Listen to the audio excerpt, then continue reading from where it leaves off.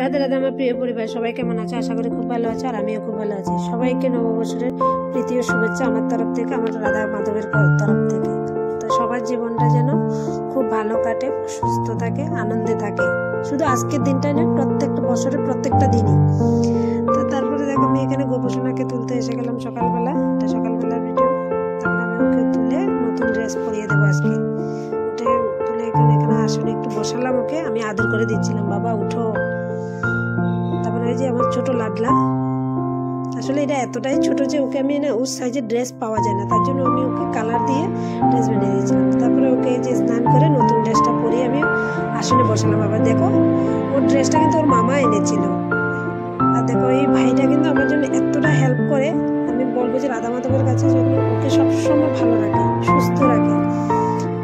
আর এখানে আমি সব ঠাকুরকে আজকে অনেকগুলো ফুল পেয়েছিলাম। দেখো, গোলাপ ফুল ছিল, তারপরে এগুলো জবা ছিল, তারপরে এগুলো দিয়ে আমি আসলে প্রত্যেকটা জায়গা আমি সুন্দর করে সাজিয়ে দিয়েছিলাম।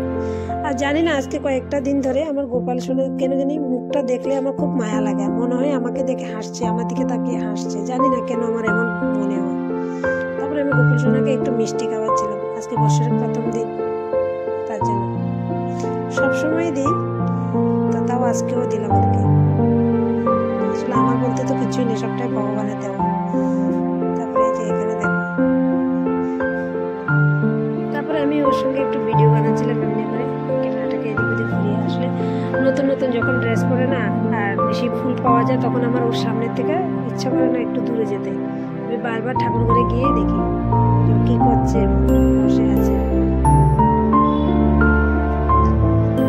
তো সবার কেমন কাটলো আজকের দিনটা আপনারা কমেন্ট করে জানাবেন।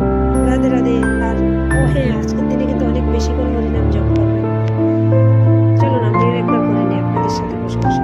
হরে কৃষ্ণ কৃষ্ণ কৃষ্ণ হরে হরে, হরে রাম রাম রাম হরে হরে, হরে কৃষ্ণ হরি বল।